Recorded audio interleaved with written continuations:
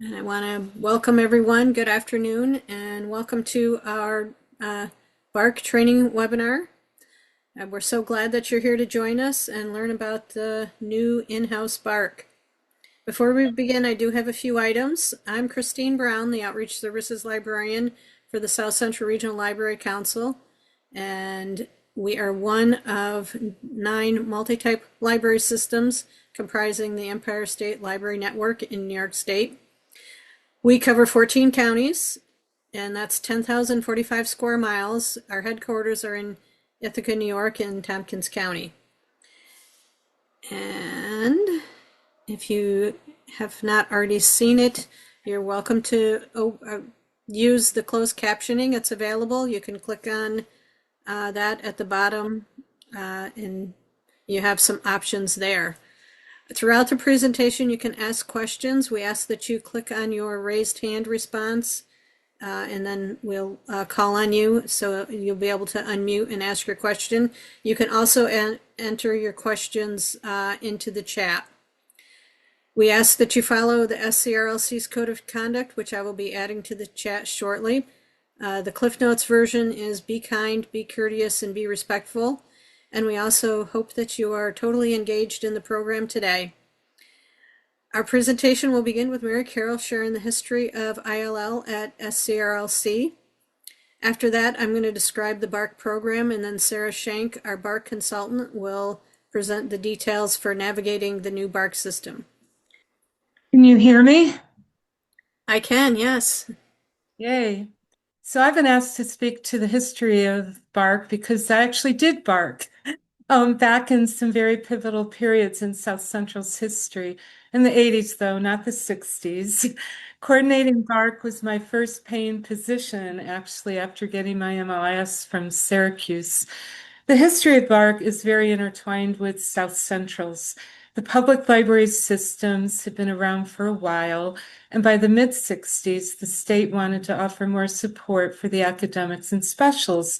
So the 9 research, reference, and resources councils, the 3 Rs, and as Christine said, the ESLN councils, were written into library law. And at least our raison d'etre, and I'm quoting from our 1967 charter, to improve reference and research library services within the area and to promote interlibrary cooperation in the use of such resources. So part of this work was to be in relationship with the public library systems and their members. And as such, each public library system in all of the regions have a board seat. School library systems were not chartered until the mid-80s, by the way. So initially, much of that interlibrary cooperation was around interlibrary loan. The state library had built the New York State Interlibrary Loan Network, NYSL, which linked the large research libraries in the state. The 3 Rs in public library systems could send requests to the state library for referral through this network.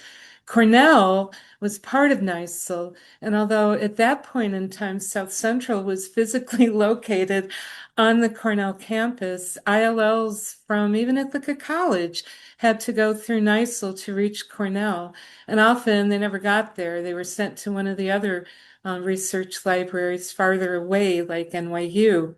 So BARC, back then it was Bibliographic and Reference Center, started as an in-house operation, certainly by 1969, providing both reference assistance and ILL referrals to the state library. Of course, this was pre-OCLC World Share Interlibrary Loan. By 1982, BARC was still in-house, but now South Central was off campus downtown in downtown Ithaca. So 2 big changes. BARC began using OCLC in addition to NYSL, and the director at the time, Janet Steiner, negotiated with Cornell to accept requests directly from BARC rather than having to send them through NYSL. Her negotiations were successful. There was a fee for this that we never charged back to libraries. And also at that time, South Central had a regional delivery service, probably until the late 80s or so. So it was much more time efficient. And in the mid-'80s, quite a few things happened that affected regional ILL and BARC. Union listing, which meant you could send requests to libraries for journal articles, that in addition to knowing a title, you knew the year, volume, and issue needed. And to this day, we still do the local holding records updates for libraries that can't do it themselves. Also, at that time, coordinated collection development aid for academics materialized, again, in support of regional resource sharing. The school library systems, as I mentioned, were chartered. The hospital library services program, RBDB, the regional bibliographic databases, all of that was written into law. And also support for medical ILO requests. We call that, it's now the Medical Information Services Program. Back then it was something a little bit different, but supportive medical requests nonetheless. So a major development back then in the 80s was group access. This was send requests regionally and eventually statewide. We were like one of 4 pilot projects in the country and one of just 2 that got up and running, and then we expanded statewide with partner councils. BARC was the last stop in the proverbial lending string. So once everything else was exhausted regionally, statewide, we sent requests elsewhere. And BARC did all of the staff training for ILL and union listing. And we were getting about 35 to 4,000 requests a year. Dropped a bit as libraries could go directly themselves, but what we did receive was often more complicated. I don't know when group access stopped. It was during my time in the Midwest, so maybe late 90s. By the early 2000s, after retirement and 33-ish years of operating BARC in-house, and by that time, the R was for referral and not reference. Fun fact, in the mid-'80s, BARC also ran a mediated online literature search service using dialogue, but the R became referral, and we outsourced the service first to an ILL person at the Rochester ESLN Council, then to SUNY Broome, and finally to Tompkins Cortland Community College. And due to staffing this last couple of years, TC3 could not continue with BARC, and we received no responses to the RFP we'd sent out. So in July, the South Central Board voted to bring BARC back in-house on a pilot basis. So what is new is old again, or is it old that is new again? I'm not sure. But as long as there is use, we expect BARC to continue. We are, after all, required by the state library to address interlibrary loan in our plan of service. So our plan is to bring BARC back. So unless there are questions, any questions about any of this, there will not be a quiz. I was thinking, Christine, that maybe I could just write something up for the website and call it a day on the history of BARC. That sounds good. I don't see any questions in chat, so we'll move on to the next slide. Okay, so we have some guidelines for using BARC, and the first is that we are a lender of last resort. And what does that mean? Well, many of you have ways or networks of accessing material. For example, the public libraries have library systems and they can borrow within the system.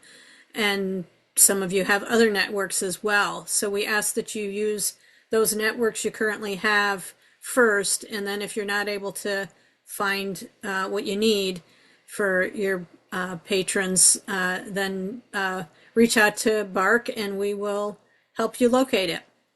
We do have some exceptions to what we will be looking for, and those are inexpensive items, materials that are low cost.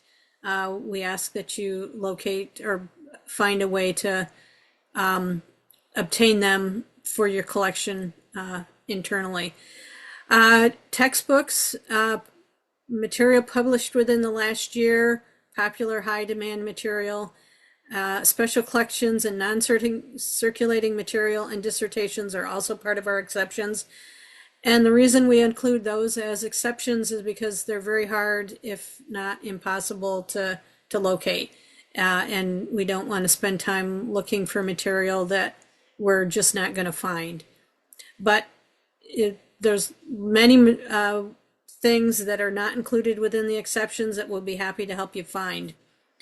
In terms of turnaround time, for physical materials, it's generally 7 to 14 business days. For digital materials, it could take up to 7 days, depending upon the response time of the responding lending library. Okay, so billing and charges. BARC fees for each member of SCRLC, you have 50 free requests, and systems have 200 free requests. If you are a member that's part of a system, your 50 free gets added to the system request. So you have a number of requests that you can have for free. Beyond that, we will be charging our systems and for any BARC requests that go beyond the limit that we have. In terms of other charges, we prioritize free lenders when we submit requests, so there won't be any charges there. Although if you have someone who is wanting to do get material for a charge and is willing to pay for it, we could work something out there as well. There are shipping charges. When you return items, you do have to pay the shipping charges. And if an item is lost or damaged and needs replacement, you would need to pay those charges as well. Now, for medical requests, we do have the MISP program that Mary Carol mentioned.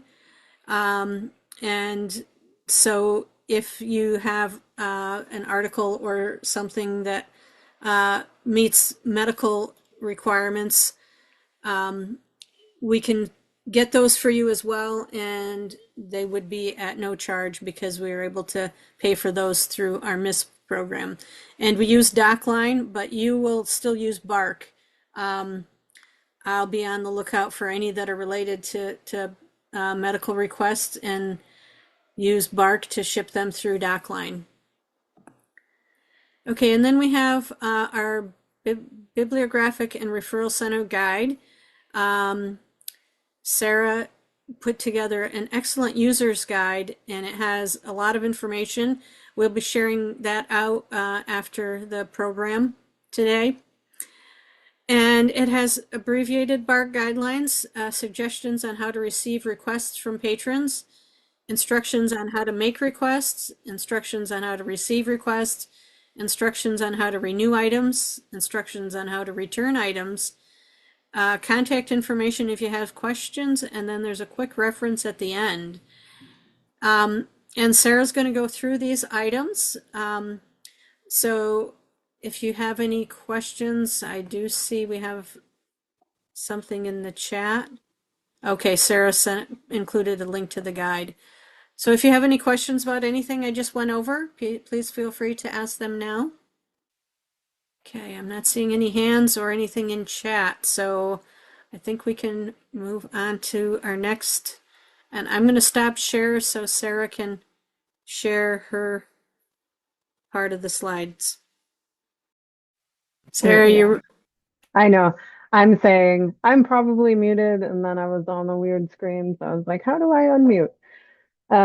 One addition to what Christine was talking about with the possibility of fees, if there is, let's say we're trying to get something from the Harvards or the Columbia universities of the world, and they charge, $25 for a request. If your patron is willing to pay that and you communicate that to us, then what will happen is the lending library will send South Central an invoice, or we can do it through a fancy thing called IFM from OCLC. And South Central will then they'll pay that on their side, and then they'll invoice you separately. So any invoices or costs related to the BARC service will come from South Central. You shouldn't receive any invoices directly from the lending library. So I just wanted to add that comment just in case there was any question about that. All right. So my role in today's presentation is to give you an idea of how the BARC system will work going forward. So the first, I've created a little kind of flow chart because that sometimes helps me. There will be two major systems in play, and others, I guess, now that I'm thinking about it. But the main ones are going to be Clio and the OCLC World Share ILL. You, as users of the system, will just be using the Clio portions, and South Central will be using both Clio and OCLC World Share to process your request. The people in play are going to be your patrons, the librarians at your library, South Central staff, and then the lenders. Within the system, it's important to think that your library, in terms of the Clio system, is acting as a patron. So when South Central sends like an overdue notice to you, it's being sent to the patron. So that's an important thing to keep in mind when we're talking about how the system works. So your patron will submit a request to you as a librarian somehow, and you'll have to decide whether you want a paper form or an email form to collect the information that you need to submit the request from your patron.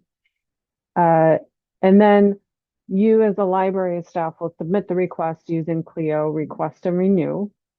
And then South Central will submit the request to OCLC. And then the lender will respond to that request and hopefully ship the item. And then you as the requesting library will be responsible for receiving the item using the Clio Receive and Return. And then if your patron ends up needing a renewal, there's a side process where you request the renewal and then South Central submits it and then the lender approves it. And then you'll be alerted of the new due date. And then when your patron is all done, you will return the item using Clio Receive and Return. Then you'll package up the item and ship it back to the lending library. So that's kind of how it will work in a nutshell. Before we get into the nuts and bolts of how, as I mentioned previously, you will have to figure out a way to collect the requests from the patrons.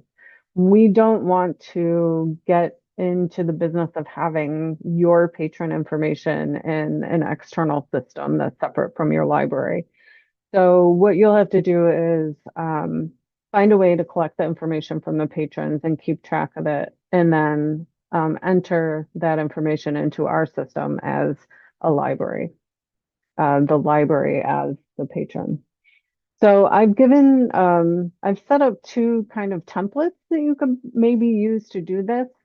The first is a digital form template, and I think I used a Google form. And it includes things like, what is your name? What is your library number if you collect that sort of thing? What is the item you're looking for? When do you need it by? Those kinds of information. And then there's a paper form that kind of has the same thing. Just something to consider, especially if you plan to do a lot of article requesting, is that it's a good idea to hang on to any kind of request that you submit for 3 years. There's a rule called the Rule of 5 where we have to pay copyright, especially in an academic setting, for any articles published within the last 5 years if you request 5 or more from the same journal title. Let's see. So that's my recommendation for collecting information from patrons. I'm going to move on to the next slide and just say that there are 2 separate logins for Clio. There's the request and renew. The request and renew is where you'll go in and you'll make your initial request. And then the renew is where you will make renewal. The renew part is you'll make renewal requests from there as well. Then we have the receive and return. And this is a little more robust. So the request and renew is really easy to use and see. And then the receive and return is still easy to use. But that's where you'll, receive and return. A little more complicated to work through. Any questions so far? I feel like I'm a little rambly today. I met with Christine on Tuesday and I could not connect any 2 thoughts together. So the puzzle is connecting much more easily today. All right. The first section is the Clio request and renew. We'll probably send these slides and there's a link to the software right there. I had to say something, didn't I? When you log into this, you'll have a username, which is going to be either if you have an OCLC symbol, it will be that. If you don't, we've created a symbol for you to use, and then a password. So while I'm talking about usernames and passwords, we've created these for you. We recommend at least for the staff or the receive and return portion of the software, that you keep them the same. For that particular module, we have to delete your account and recreate it in order to reset the password. So once you're ready to use the system, you'll request the password, you'll enter it in, click login. The next step is to well, before that, when you log in, you'll see this slide template. I made it from what the page looks like. So you'll have the option for home. You won't see the setup one, but you'll have request history, account, and questions. And the one you'll be wanting is the request.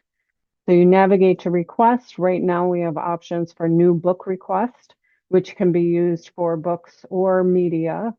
And if we get a lot of media requests, we might create a separate request. But we're a little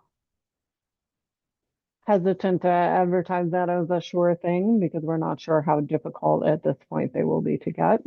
And then there's an article request and a chapter request form.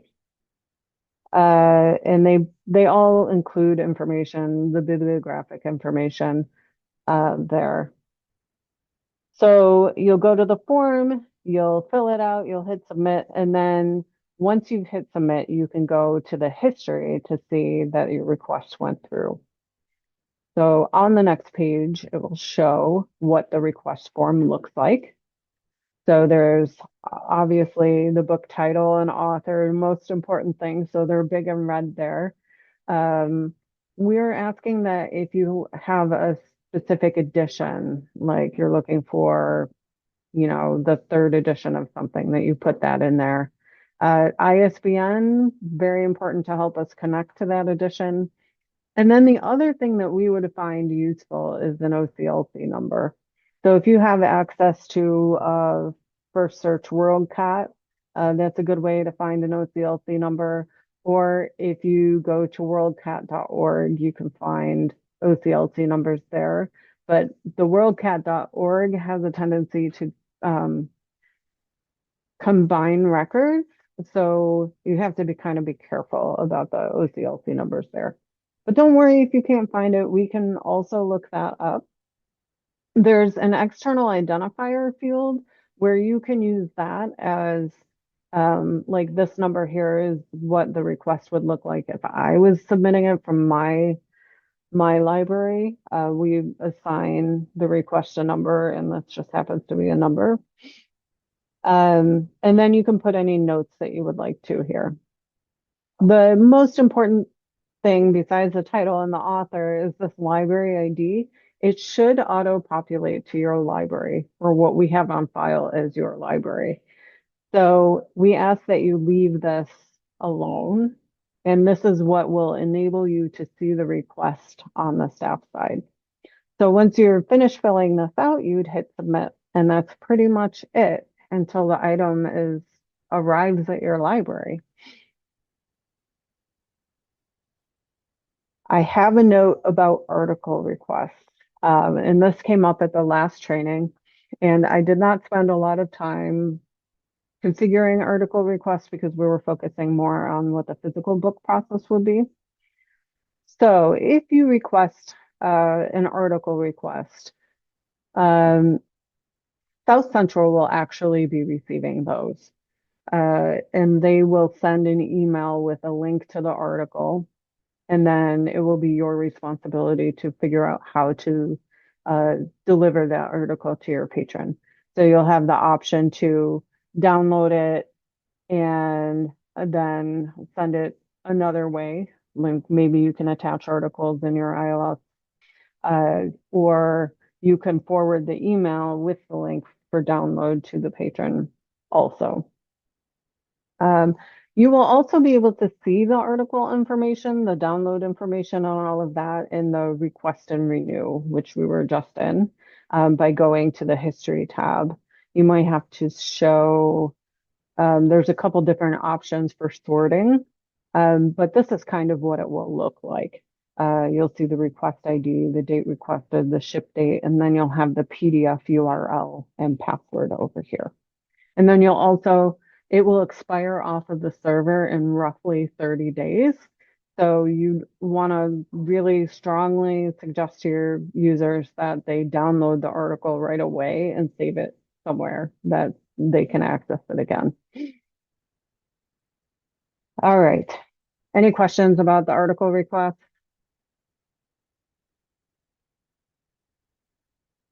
No. Okay. Receiving items.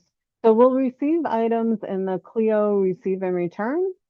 You will have a slightly different login. The username will be the same, the password will be different. And this is the login that is a little more difficult to reset. So please protect it and save it. The first thing you'll do is you'll log in, you'll go to update your requests under the tasks section, and then you'll bring up the requests you would like to receive. So there's a little bit of a search thing. And I've put it here. You can search for either by the Clio ID or the ILL system number, which is usually included in the paperwork that the library sends. And then you'll navigate to, this is what the request looks like when you search it up.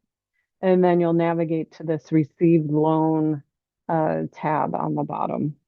And while I'm doing that, or we have, in my library, we have our students do a lot of the receiving, or student workers. And so we tell them, make sure you're checking the title is right. Make sure you're checking the edition is right. Make sure you're receiving it from the library that you're expecting to receive it from. Double check for things like, pencil markings or, the item condition, and make notes of that in the request.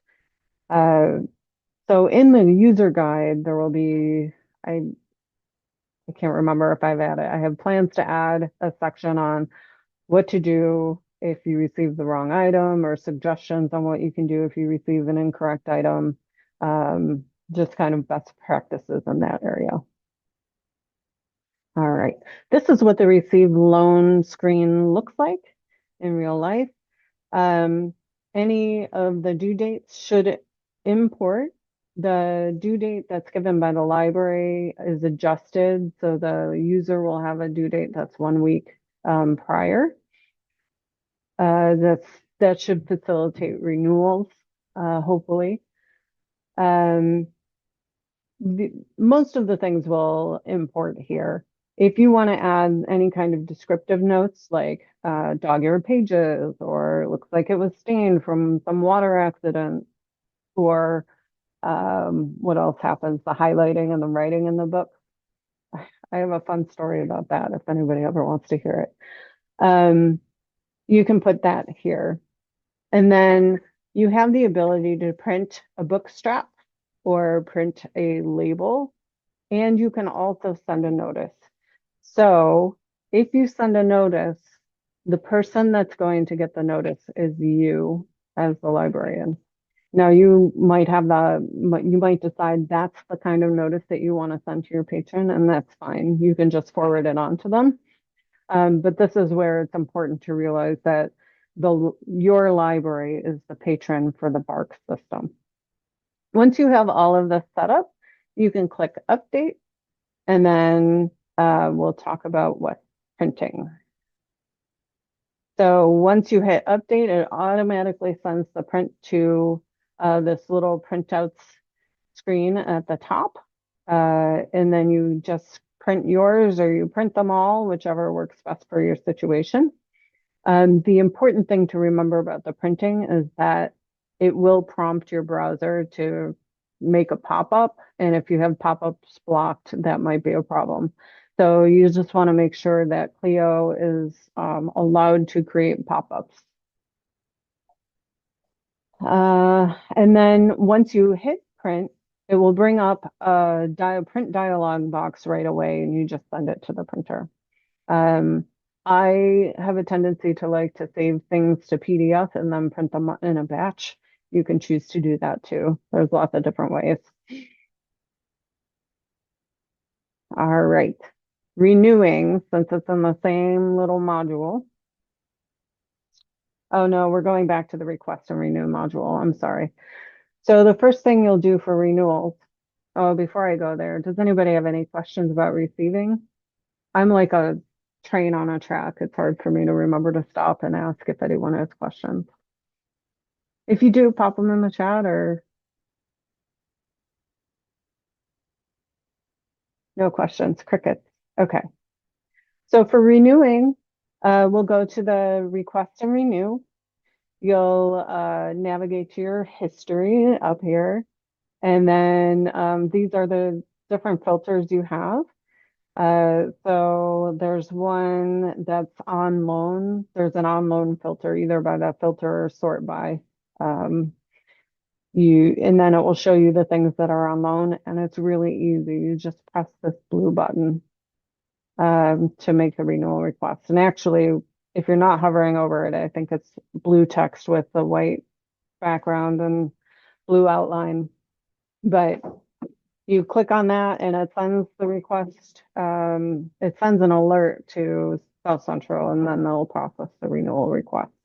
A little secret is that if you play around in the staff side, you might find a way to renew or submit a renewal request yourself. I'm not going to show you how to do that because we're expecting you to do the request and renew, because it's really easy there. Next is returning items. Now we're going back to the staff side.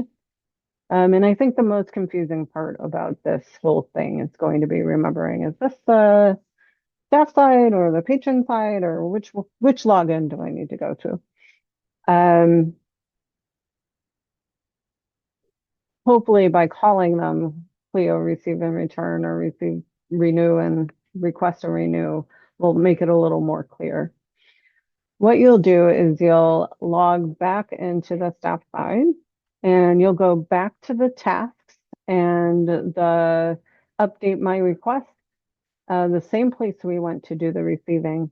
And then you'll search for the request, and you'll scroll down and see the returned. And then you'll confirm that whatever populates here is correct. It should have the return date of the day that you're returning it. You can add any notes that you want. You can change the description note if you need to. And then You can send a note to yourself that it was, or to the, you can send a notice that it was returned. If you need that double confirmation, or your patron is asking for a confirmation. And then you can also print a return label. And then you'll just pack the item up and ship it back home.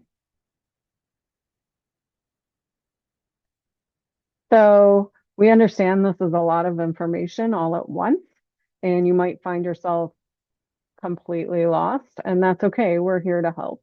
So you can contact Christine, resource sharing at scrlc.org. And then you can feel free to contact me as well. I can help with some more system-specific questions. Or if you have suggestions for like, why is it doing it this way? I might be able to explain that to you. Those sorts of things. So we're here for you. Finally, we have shipping best practices. You will be responsible for returning things to lenders. So these are my best practices. First, you want to follow any lending shipping requirements. So a lot of times if libraries loaning media, they will require you to send it back via a trackable courier like UPS. We always use library rate to return materials through the USPS. Unless a library requests otherwise, it kind of saves cost. I think a 1 pound package right now, if you're looking for the idea of cost, is around $4. We personally reuse packaging as long as it's still sturdy and in good condition. Avoid using staples when sealing packages.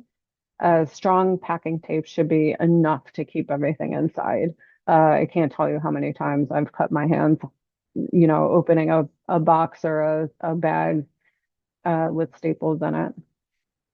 Try to use packaging that's appropriately sized to shipped items. And if your box is very big, make sure you're, using your packing bubbles or peanuts or whatever to make the item fit. And then my best practice is to use a box if I'm shipping more than one item to the same location. If you put more than one thing in one of those Jiffy mailers, I don't even have one laying around close by that I can grab. But the edges of the book might poke through and then rip a hole, and then you lose two things instead of just one. And then my last advice is to consider using some sort of tracking. So some libraries require this. USPS used to provide tracking labels. They just consisted of a barcode, and you had to kind of keep track of what barcode went with what.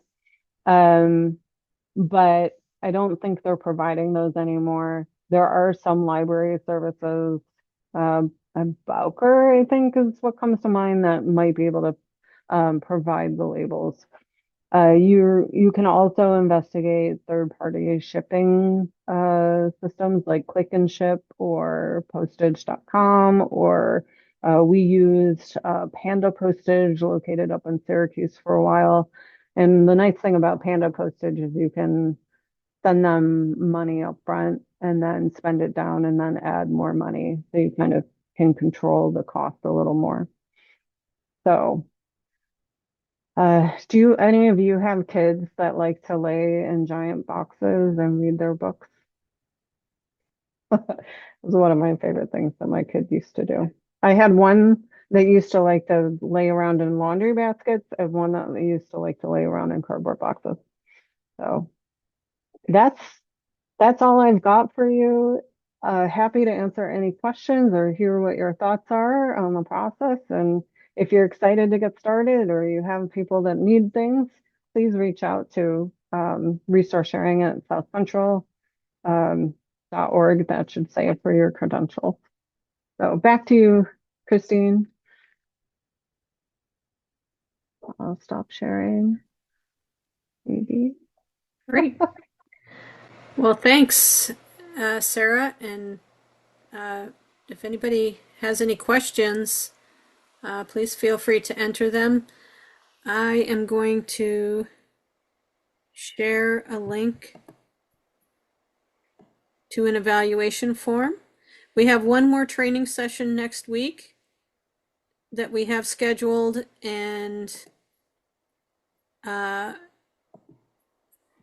if you have some thoughts or comments on anything, please share them so we could make some adjustments for the final session. If after this you're still wanting additional assistance or have any questions, please feel free to reach out to us. We can also do some one-on-one training if that would be helpful for you and other staff that might not have been able to attend a training session. So I don't see anything in chat, and I don't see any hands raised, so I think we're good. And we look forward to getting your requests for the credentials. I'll get those sent out to you as soon as possible, and you can start sending us requests.